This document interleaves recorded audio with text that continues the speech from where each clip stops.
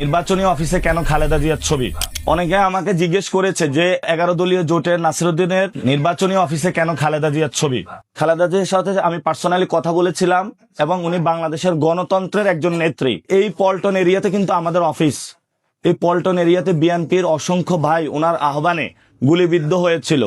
আমরা তাদের স্যাক্রিফাইসের মূল্যায়নের জন্য এবং গণতন্ত্রকে বাংলাদেশে রক্ষা করার জন্য, সার্বভৌমত্ব রক্ষা করার জন্য তরুণ যারা, তাদের কাছে খালেদা জিয়ার ইন্সপাইরেশনকে ছড়িয়ে দেওয়ার জন্য এই গ্রাফিতিটা করেছি। উনি কিন্তু আপোষহীন নেত্রী, ইন্ডিয়ার সাথে আপোষ করেন নাই এবং উনি কোনো ফেসিবাদী ব্যবস্থার সাথে আপোষ করেন নাই। উনি একটা কথা বলেছিলেন যে ওদের হাতে গোলামির জিঞ্জির, আমাদের হাতে স্বাধীনতার পতাকা। ওনার হাতে কিন্তু এই স্বাধীনতার পতাকা, এই স্বাধীনতার পতাকাটাই আমরা বাংলাদেশে রেখে এগিয়ে যেতে চাই। অর্থাৎ বাংলাদেশে যারা আমাদের আজাদির লড়াই করেছেন, গণতন্ত্রের লড়াই করেছেন, দল মত নির্বিশেষের ঊর্ধ্বে আমরা তাদেরকে রাখতে চাই।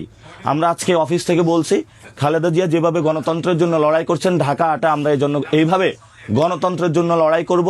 এবং এখানে পল্টন এরিয়াতে ঢাকা আটে যেই সকল বিএনপির ভাইরা শহীদ হয়েছেন, আহত হয়েছেন, বুলেট বিদ্ধ হয়েছেন, আমরা আজীবন তাদের স্যাক্রিফাইসগুলো মনে রাখবো এবং তাদের যে স্বপ্ন সেটা ইনশাল্লাহ আমরা বাস্তবায়ন করব। এবং তাদের কাছেও আহ্বান, তাদের ফ্যামিলির কাছে, যে আপনারা শাপলাকলিতে ভোট দিয়ে সেই মানুষগুলোর যে সংগ্রাম সেটা বাস্তব